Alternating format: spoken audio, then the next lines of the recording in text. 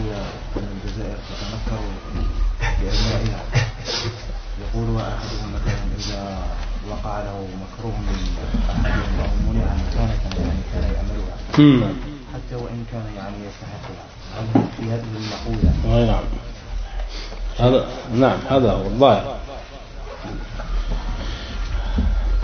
نعم هذا فيها شيء من اعتراض على القدر. نعم الإنسان لا بد أن يبتلى. يقول ماذا إذا قال شخص الجزائر تتنكر لأهلها وغير ذلك هذا في اعتراض على القدر، نقول نعم قصدي أن يدخل في هذا الظاهر. هذا نعم الإنسان ماذا